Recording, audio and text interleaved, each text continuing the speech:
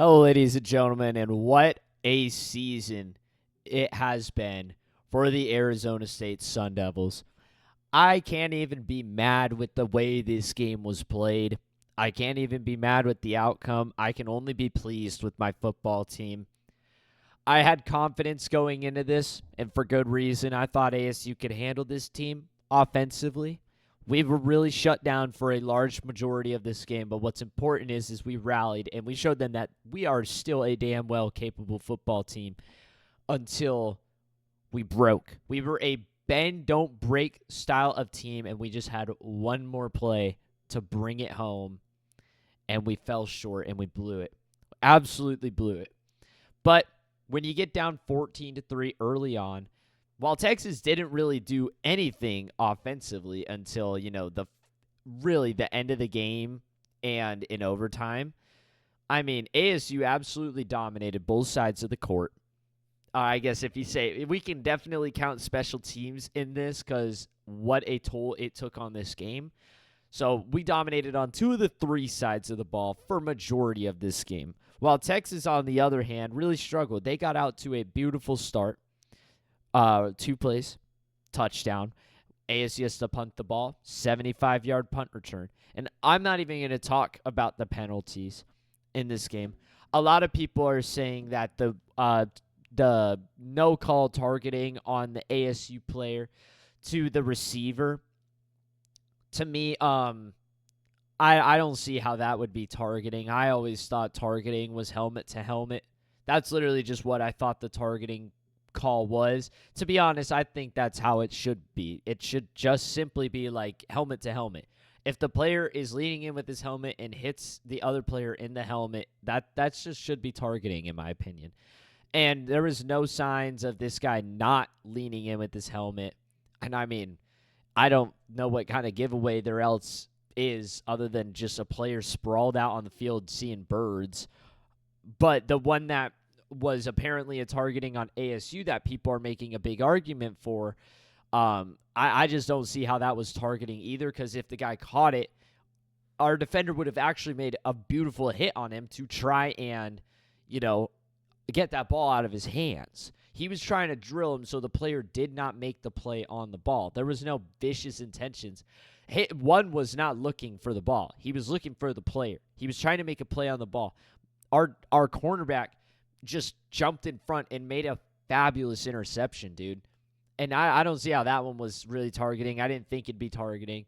But the one on ASU, on the ASU player, I'm going to have to side with the fact that that was probably definitely targeting. And compare it to the targeting that was called on Simmons in the Big 12 championship.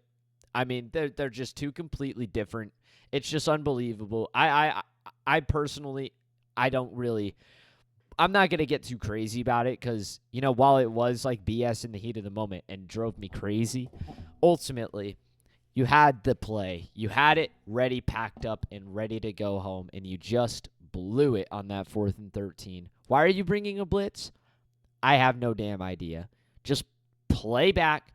Do not let them get to the 6. They have 13 yards to go. You have plenty of room to work with. Let your defense, who has played stellar in the second half, continue to play their ball game.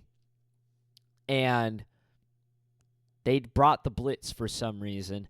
And Quinn Ewers overcame all of his slumps in the game and all the stuff people have said about him. He overcame it, and he threw a touchdown on 4th and 13.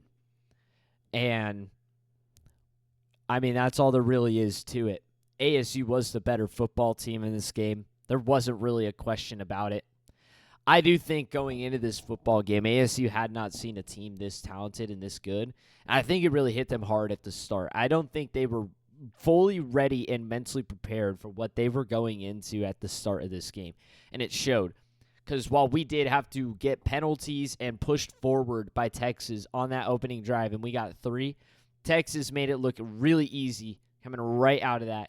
And then the punt return, I think we got a little 1-2 punch to our face early on, and we just had to climb out of that hole. It took us a damn long time to climb out of that hole. It took us a damn long time, and I'm surprised they even took it into overtime. I'm surprised they even tied it. But Texas's kicker definitely sold. I mean, give the kid some credit. He's been clutch in the situations he's needed in, except for this game. And he missed those hashes by literal inches. The first one was just off to the right, and the second one literally hit the left upright. It was as close as can be, and he just barely missed it twice. However, I don't think Texas should have been in the field goal position in this second time, but whatever. ASU had it right there, and they just blew it on that last play. Just blew it. ASU had 510 total yards of offense compared to Texas's 375. That is one of the best defenses in the country. Arizona State is dialing up 510 yards of offense, as well as ASU failed 3 of 6 fourth down conversions. Also had a missed field goal. The interception ASU threw came at the end of the game. Texas's interception was game-changing, and ultimately, had ASU literally just made a field goal earlier in the game, it was wraps. It was over. A lot of mistakes happened to push Texas forward. I think ESPN wants Texas to move forward, but whatever. I don't think either of these teams, looking at it now, would have gone on to beat Ohio State. Ohio State looks dominant right now, but valiant effort, and I'm so proud of ASU this season. I feel so bad for Cam Skattebo. I mean, finally, after all this preaching, after all this talking, you name it, on this channel, on comment sections, whatever, preaching Cam Skattebo's name, and everybody just pushing him away in exchange for Ashton Jeanty. And he proved it this weekend. He proved it today, this Wednesday. He absolutely proved it. I mean, you cannot ask more from a running back.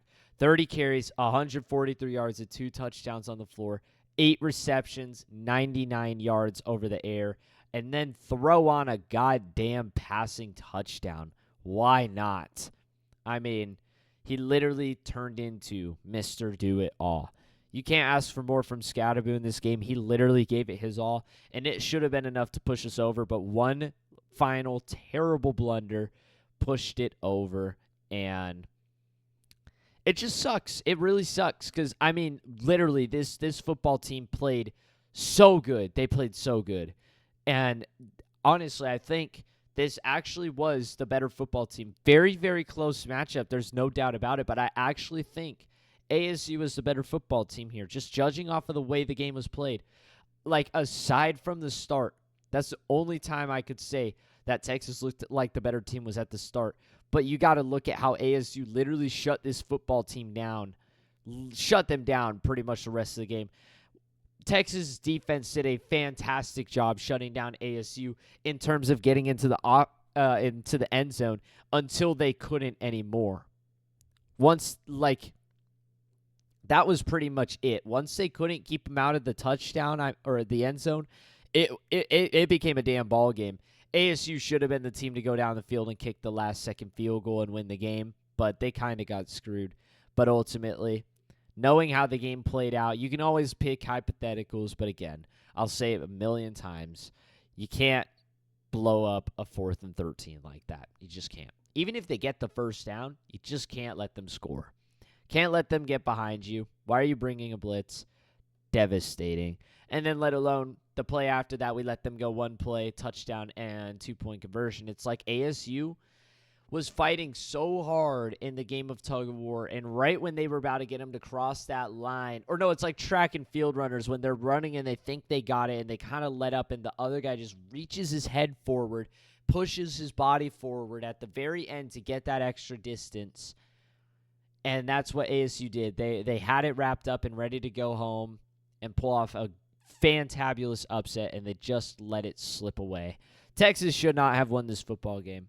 ASU was the better football team. They should have won this football game. But I'm excited for ASU next season. Thinking about it, looking at how Cam Skattebo was Mr. Football in this game and Mr. Do-It-All, you can't lie. Losing him next year is definitely going to sting this ASU football team.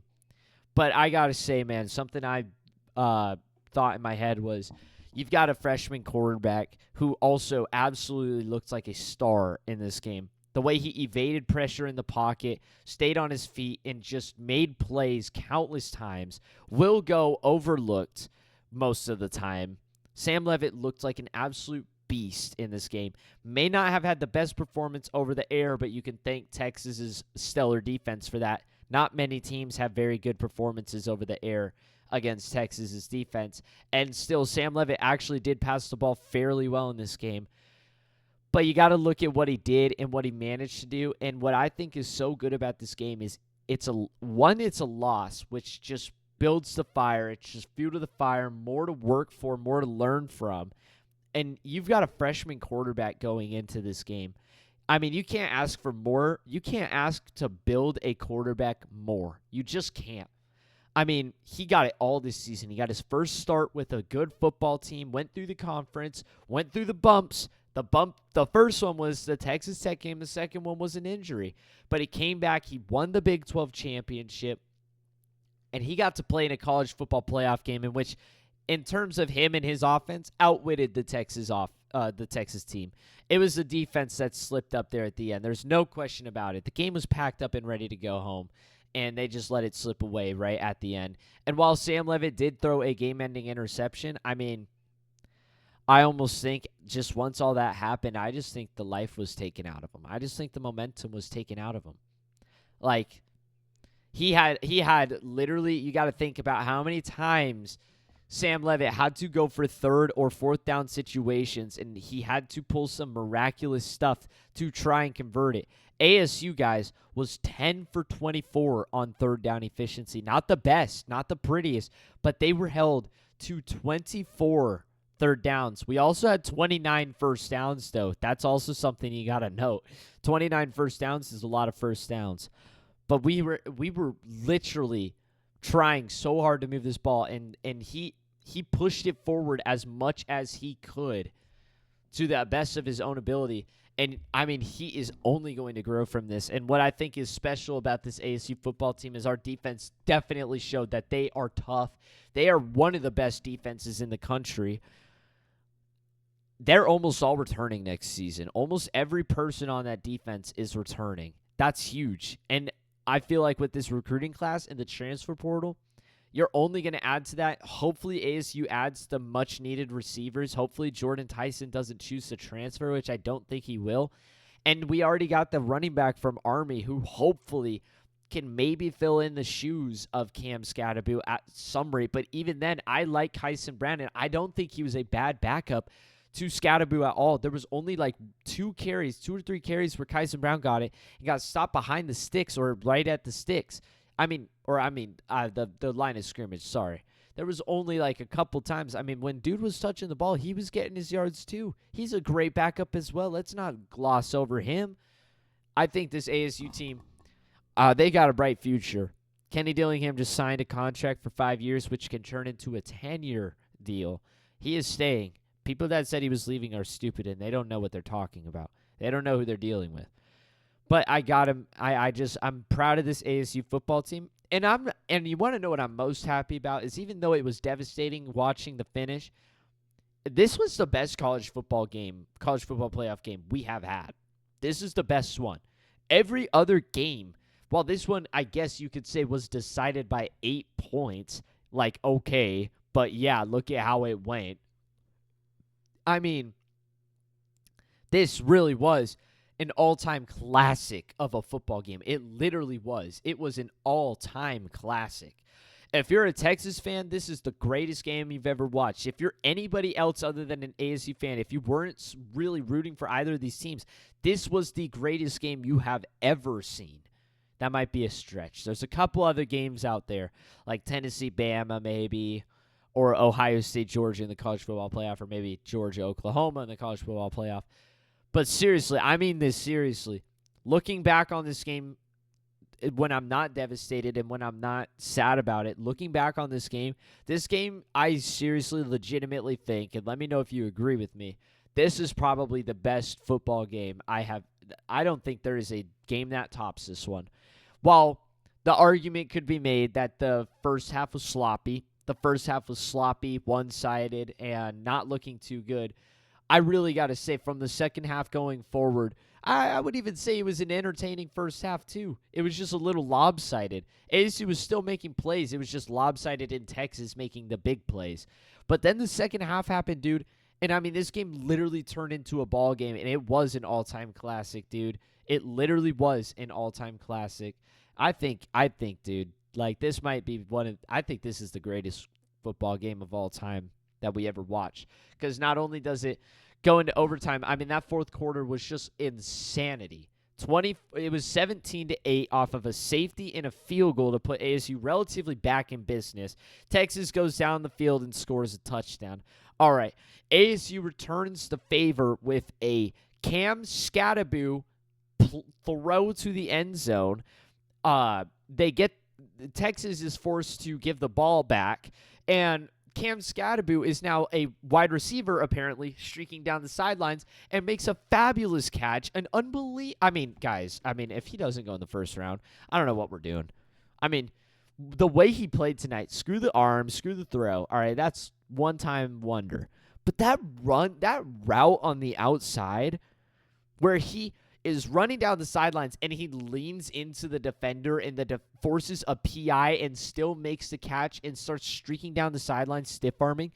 He just proved he can play wide receiver. I mean, maybe not to the extent that these other receivers can where they're breaking off on slants and stuff, but he can definitely run a route. That's for sure. Let alone we go down the field, we manage to tie it. Texas gets an opportunity to go up by 3, misses it. ASU goes down the field. Targeting call that caused a controversy, made everybody go crazy. ASU's forced to punt the ball back. Texas goes down the field, gets ready to win the game, and he misses it. Goes to overtime. ASU scores. Texas is about to lose the game and scores on 4th and 13 on a deep ball. Instantly turns it back on the offense, scores a touchdown 2-point conversion, and the game ends on an interception for Texas. It's absolute cinema. It's absolute cinema. I'm not even looking at my phone. This is off of memory. It's engraved. It'll be engraved in my brain. And if ASU lost, I'm devastated. I'm sad. But I'm so happy with the way this game turned out. I'm so happy with this football team. I could not be happier to be an Arizona State fan. I mean, seriously, 3-9 in the past 2 seasons. Not anything special in baseball or basketball. Our program seriously fell off a slope, and all of a sudden it's like there's life. There is life. From the graveyard, we rose up from a tomb, and we are actually good. It's like a new feeling. It's like different, and it's not like we're Boise State or SMU where we're getting blown out in the college football playoff, and it's like, well, at least we made it. No, we competed, and we gave the world so far the best game in this college football playoff series. I don't know, man. What a game. Sad finish, but fun finish to the year. I don't know if I'm going to have a voice tomorrow. My chest hurts so bad from the amount of yelling I did. And, yeah, I hope you guys enjoyed. A like and subscribe to help a comment always helps. That's all from me. Adios.